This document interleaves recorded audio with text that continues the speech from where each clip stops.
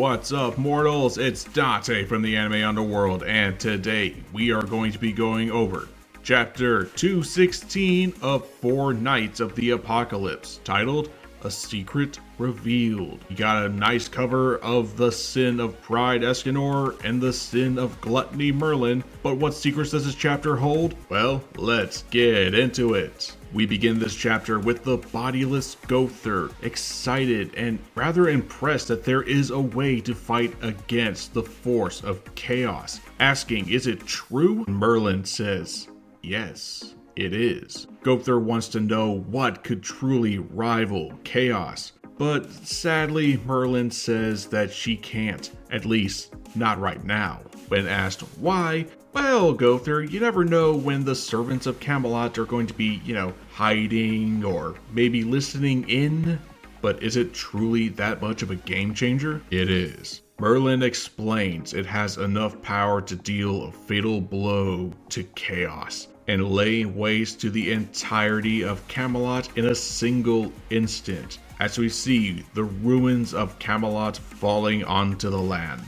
This shocks Gowther, but raises more questions. Most importantly, does it even truly exist? However, someone decides to interrupt their little important meeting. Gawain is furious, shaking her fist, saying that doesn't matter at all. Let's get back to the original problem here. Yeah, no, sure, the secret weapon that can defeat Chaos and Arthur and Camelot. Yeah, no, that's not important right now. So what is it?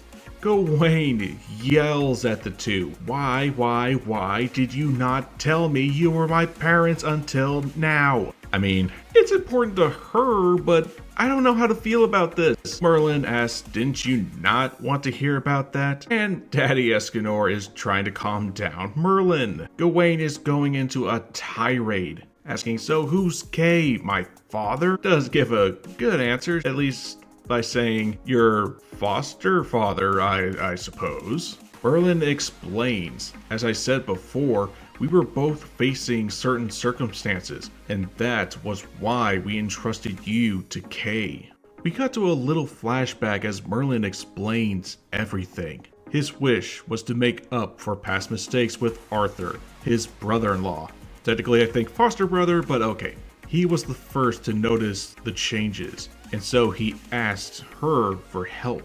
In the next panel we see Merlin and baby Gawain. That's just so cute. It's a little weird, but also kind of nice. She asked Kay while holding baby Gawain, then could you raise this child for me as your daughter? One day, she will be a knight of prophecy, the one who can, quote unquote, rescue Arthur. A younger Kay and Merlin lock eyes. And in the next shot, we see Kay raising a young Gawain. In his garden, she explains, I was wise to leave you with him. He was no natural, but he raised you and gave you more love than I ever anticipated. Cutting back to the present, Merlin explains that she needed to remove herself from this world in order to protect a certain secret. But she doesn't expect any sort of excuse in this world that could ever cover up for her failures as a mother. That's very sad, to be honest.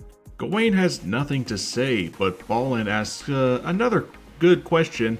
Then, what about you, her father? The Escanor dino skeleton doll thing nervously taps his fingers, saying, well, in my case, and reveals to Gawain that he's already dead. This body was created by Merlin to serve as a vessel for his soul, you see. I mean, we as Seven Deadly Sins fans who read the original series, yeah, we know what happened to your original body there, Escanor. But apparently Gawain did not, giving a shocked expression, asking, dead. Escanor is very distraught, saying this, thanks to my reckless behavior, I can't ever directly hug you, but I hope at least to be able to care for you. And Merlin decides to tell Gawain another story.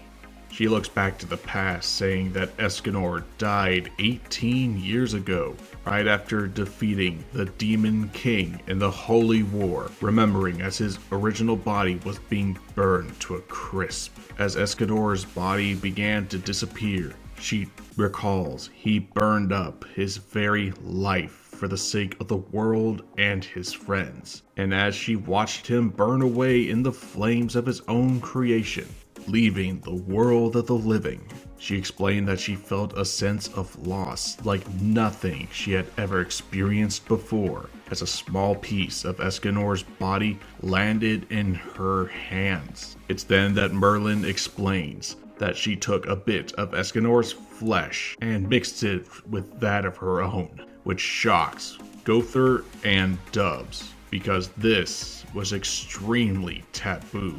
Merlin tells Gawain that she was never raised in her womb, but rather she was created through the use of a forbidden spell. Holy crap, we finally get to know how Merlin and Escanor essentially made Gawain. Yeah, as explained before, Escanor is missing his body. It burned up 18 years ago after the Holy War, so many fans were wondering how was that even possible that the two could have a kid? But it's here that we finally get the answer. Gawain was born through magic. Not really much of a test tube baby, but I guess a mixing of DNA, life. It's magic. There's no need to bring in any of that science bullshit in this case, but finally we got an explanation for Gawain's origins. Somehow I always pictured a pod situation. Merlin goes on to say that she feared learning that this would make her abandon herself to despair. So, to avoid that, she kept it a secret. Gawain looks distraught and Balin tells her that he doesn't know what to even say. But to our surprise, Gawain is actually incredibly giddy. She just goes on laughing. Ho ho ho ho ho. So I'm truly special after all. I always wondered why I wasn't like all those other morons. Now look at me. I'm on a whole new other level. Well, she's certainly taken this in stride. She's just laughing it all off and asking, so she was made and that's why she was never able to love anyone else? Not sure if that's a connection, but okay. Balin tries to say that no, that's not true. So Gawain is not exactly acknowledging his advances, saying no need to deny it, Balin. The great champion goes on to say you are loved by a great many people. How can that be true if you don't have any love within you? This gets Balin's attention, though Merlin goes on to say a couple more things to her daughter. You only fancy women thanks to a curse I placed on you as an infant? Wait, what? I did it so with loving intentions, mind you? Wait, you made her gay on purpose? For what reason? Merlin says, I didn't want you to go through the pain I did, falling into a pit of misery thanks to impossible love. No,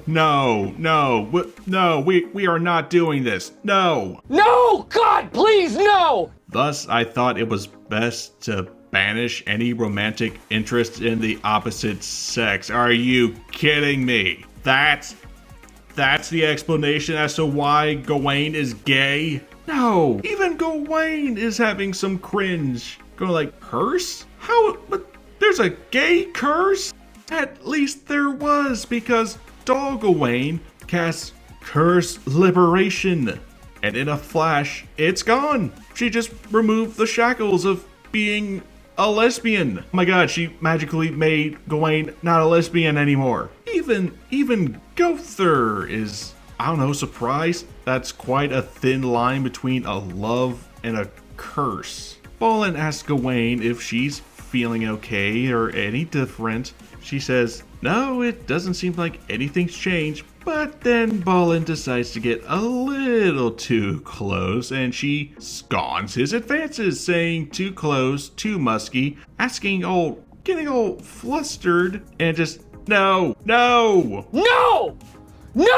This decision has really ramped up some of the Seven Deadly Sins fans on Twitter. People are not exactly happy that 𝐼𝐸𝐵 did this. My question is, why? Just why? You gave Percival a harem, but keeping Gawain as a lesbian is too far? Did 𝐼𝐸𝐵 not have any plans for Gawain or any other romantic love interest? I thought Gawain being a lesbian was fine. It made her unique, but it wasn't the only thing to her character. I like that Nakaba was adding more to Gawain besides just her being a lesbian, as that was the first thing we saw when we first met her. She was a very proud and prideful lesbian, but that was all we got of her. But as the series went on, we got to develop her character more.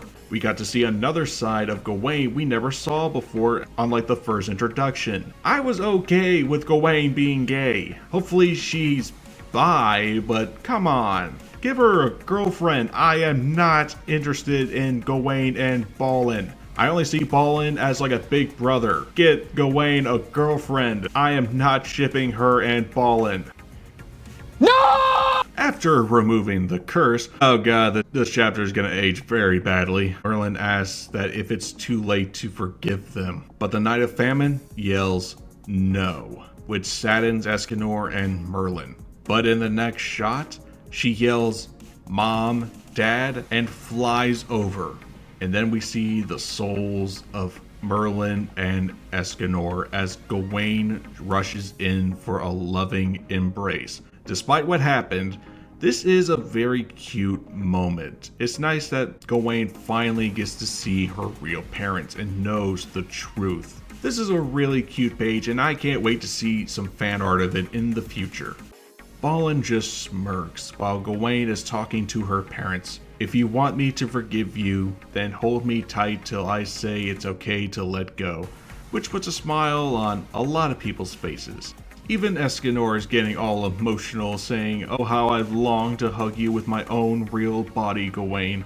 But Gawain says to her dad, she called him dad, that you're still you and mom's still mom. Oh, that's just really sweet.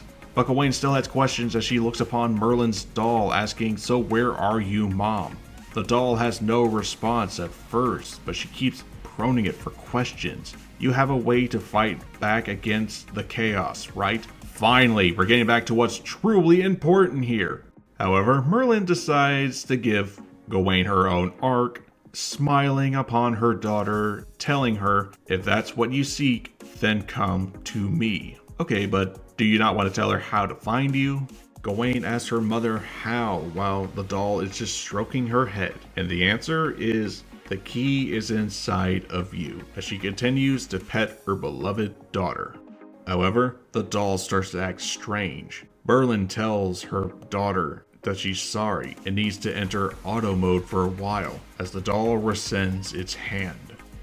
In the next scene, we see that Merlin was watching and operating the doll through a crystal ball. She gets away from the crystal ball and up from a chair as the doll is in auto mode, returning to the ship to commence cleaning. But don't worry, Merlin tells Gawain that she will be waiting and walks away from the magical orb. It's then that we see Merlin walking towards a mysterious figure with long hair laying in a bed. So, you're finally awake, and these two know each other. The mysterious man holds his head with his left arm as the right one is missing. How long was he asleep for? He's nothing but skin and bones, while Merlin says that he was asleep for 2 years and lost quite a bit of his strength. He asks how the fighting is going, but sadly it's not going too well. But this sparks some determination in his eyes, saying, I see. But Merlin gives him hope. Percival has come back, and the other three are more powerful than ever before. With them on our side, we can do it. And in the final page, we find out that this man is the one and only Sir Arthur Pendragon, the true King of Camelot. Wow, we got 2 reveals this chapter.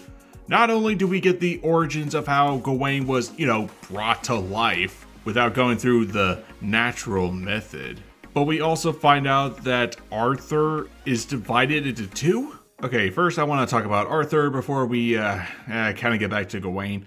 Many people were suspecting that Arthur was divided in 2 already. The evil one that is leading Camelot now is the evil side, the darker, more corrupt aspect of chaos. Somehow it took over and is leading the enemy forces, while the lighter half was Arthur's goodness, his humanity, and it was imprisoned. Not sure what the true aspect of this Arthur is, but it is definitely something else. This kind of reminds me of when Meliodas was in his assault mode and he lost his emotions. This seems to be a similar situation with Arthur. He's not whole. Chaos has been divided into two again. Like when 𝐾𝐻 ate part of his arm, Arthur was no longer whole, and so he had to absorb 𝐾𝐻 back into him. And don't think that I didn't notice all of the cat hints that we saw in previous chapters. I saw that little fuzzball, so I have a sneaking suspicion that he's the one behind all of this. That he is either impersonating Arthur or took over the darker aspect of chaos and expelled Arthur's light and humanity while he took over Camelot. 𝐾𝐻 wanted to become the king of chaos, and now he has his chance. He's just disguised as Arthur, while the real Arthur is weak and he needs the help of the 4 Knights of the Apocalypse. And as for Gawain, y'all already know how I feel about her being de-gayed, ungayed, straightened out. I don't know what the correct terminology is for this, but I hope that she is still at least bi. I do not ship her and Balin, but what I am looking forward to is Gawain finding Merlin. We have something to look forward to for Gawain. She has a chance to find her mother and find out how exactly to defeat the evil force of chaos. What are you excited for in chapter 217? If you love 7 Deadly Sins and 4 Knights of the Apocalypse material, give this video a like, subscribe to the channel for more content coming your way.